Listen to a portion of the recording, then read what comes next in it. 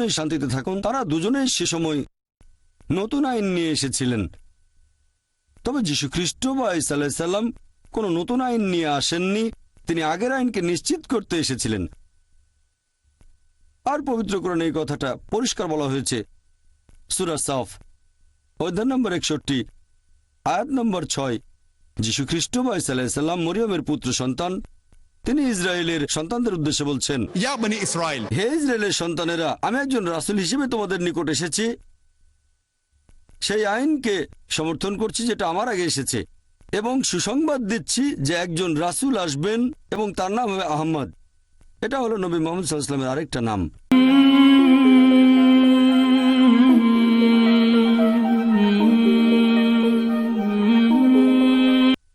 পবিত্র কোরআনে আরো বলা হয়েছে, সূরা আরাফ অধ্যায় নম্বর 7 আয়াত নম্বর 157 বলা হয়েছে, তারা অনুসরণ করে বার্তাবাহক নিরক্ষর নবীকে, যার কথা উল্লেখ করা হয়েছে তাওরাত ও ইনজিলে। তাহলে পবিত্র কোরআন পড়লে দেখবেন বলা হয়েছে একথা ভবিষ্যৎবাণী করা হয়েছে তাওরাত ও ইনজিলে যে মুহাম্মদ সাল্লাল্লাহু আলাইহি ওয়াসাল্লাম নবী হিসেবে আসবেন। তাহলে মুহাম্মদ সাল্লাল্লাহু আলাইহি ওয়াসাল্লামের ব্যাপারে ভবিষ্যৎবাণী করা হয়েছে বাইবেলের ওল্ড টেস্টামেন্টে বুক অব ডিউটেরোনমি অধ্যায় 18 অনুচ্ছেদ 18। এছাড়াও আরো বলা হয়েছে বুক অব ডিউটেরোনমি অধ্যায় 18 অনুচ্ছেদ 19, যদি কেউ তার কথায় কর্ণপাত না করে আমি তাহলে তাকে দেখে নেব। বাইবেলের কিছু অনুবাদ বলছে তাহলে আমি প্রতিশোধ নেব। তার মানে যদি কেউ এই রাসূলের কথাগুলো মান্য করে না চলে, সর্বশক্তিমান ঈশ্বর এদের উপর প্রতিশোধ নেবেন।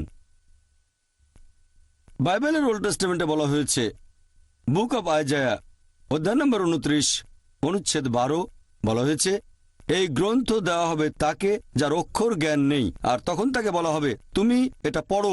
সে তখন উত্তরে বলবে আমি তো পড়তে জানি না।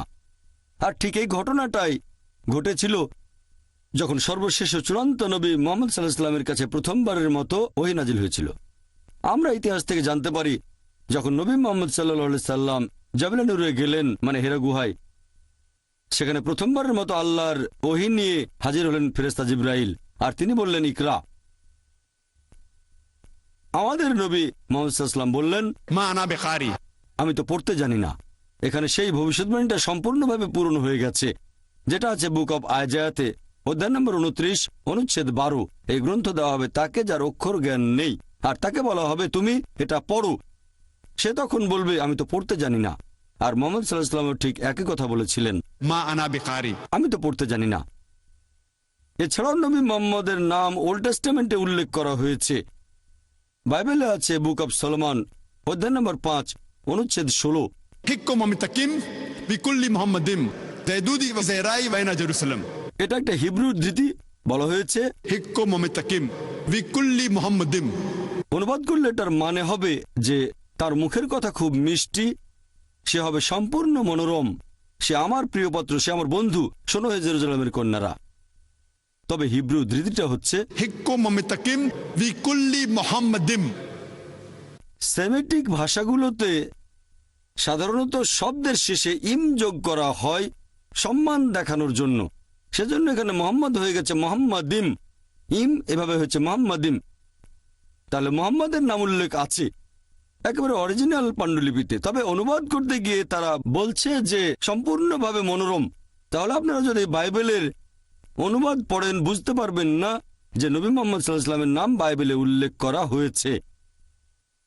সময় কম, তাই সবগুলো ভবিষ্যৎবাণী নিয়ে এখানে কথা বলতে পারবো না আমি। তবে মুহাম্মদ সাল্লাল্লাহু আলাইহি ওয়াসাল্লামের নাম নিউ টেস্টামেন্টে উল্লেখ করা হয়েছে। বাইবেলে রয়েছে গসপেল অফ জন অধ্যায় নম্বর 14 অনুচ্ছেদ 16। যীশু খ্রিস্ট ভাই সাল্লাল্লাহু আলাইহি ওয়াসাল্লাম বলেছেন, আমি প্রার্থনা করব আমার পিতার কাছে, সর্বশক্তিমান ঈশ্বরের কাছে, যেন তিনি পাঠান একজন সত্যের আত্মা। এছাড়াও বাইবেলে উল্লেখ আছে গসপেল অফ জন অধ্যায় নম্বর 15 অনুচ্ছেদ 26, যখন আমার পিতার কাছে প্রার্থনা করি আর যখন তিনি সত্যের আত্মাকে পাঠাবেন সে তোমাদের সাথে থাকবে চিরদিন। বাইবেল আরো বলছে গসপেল অফ জন অধ্যায় নম্বর 16 অনুচ্ছেদ 7, তারপর আমি তোমাদের সত্যি কথাটা বলছি, তোমাদের জন্য ভালো হবে যদি আমি চলে যাই, কারণ যদি চলে না যাই তাহলে সত্যের আত্মা আসবে না, আর আমি চলে গেলেই তাকে পাঠিয়ে দেব। যীশু খ্রিস্ট ভাই সাল্লাল্লাহু আলাইহি সাল্লাম বলছেন যে তারপরও তোমাদের জন্য ভালো হবে যদি আমি চলে যাই, কারণ যদি চলে না যাই তাহলে সত্যের আত্মা আসবে না, আর আমি চলে গেলে তখন তাকে পাঠিয়ে দেব।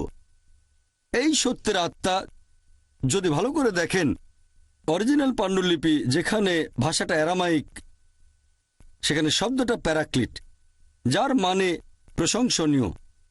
এটাই হলো মোহাম্মদ সাল্লাল্লাহু আলাইহি সাল্লামের নামের মানে।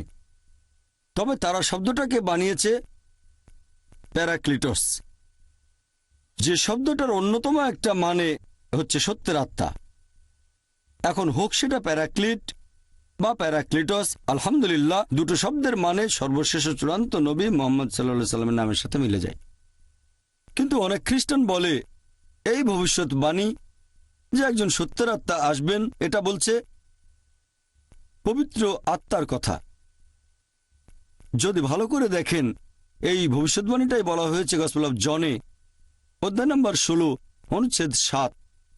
তারপর আমি তোমাদের সত্যি কথা বলছি, তোমাদের জন্য ভালো হবে যদি আমি চলে যাই, কারণ যদি চলে না যাই তাহলে সত্যের আত্মা আসবে না। সত্যের আত্মা আসার শর্ত হচ্ছে তার আগে যীশুখ্রিস্ট সেখান থেকে চলে যাবেন। যদি তিনি চলে না যান তাহলে সত্যের আত্মা আসবে না। যীশুখ্রিস্ট চলে যাওয়ার পরেই তাকে পাঠিয়ে দেবেন। তাহলে সত্যের আত্মা আসার প্রধান শর্ত হলো তার আগে যীশুখ্রিস্ট বা ঈসা আলাইহিস সালাম এখান থেকে চলে যাবেন। বাইবেল পড়লে আমরা জানতে পারি যীশুখ্রিস্ট পৃথিবীতে আসার আগেও পবিত্র আত্মা সেখানে ছিল। সে এক সময় ছিল এলিজাবেথের গর্ভে। যীশুখ্রিস্টের জন্মের সময় পবিত্র আত্মা সেখানে ছিল। পেন্টাকস্টের উৎসবে পবিত্র আত্মা ছিল। তাহলে এই ভবিষ্যৎবাণী দিয়ে কখনোই পবিত্র আত্মাকে বোঝানো হয়নি। এখানে বোঝানো হয়েছে কেবলমাত্র সর্বশেষ ও চূড়ান্ত নবী মুহাম্মদ সাল্লাল্লাহু আলাইহি সাল্লামকে।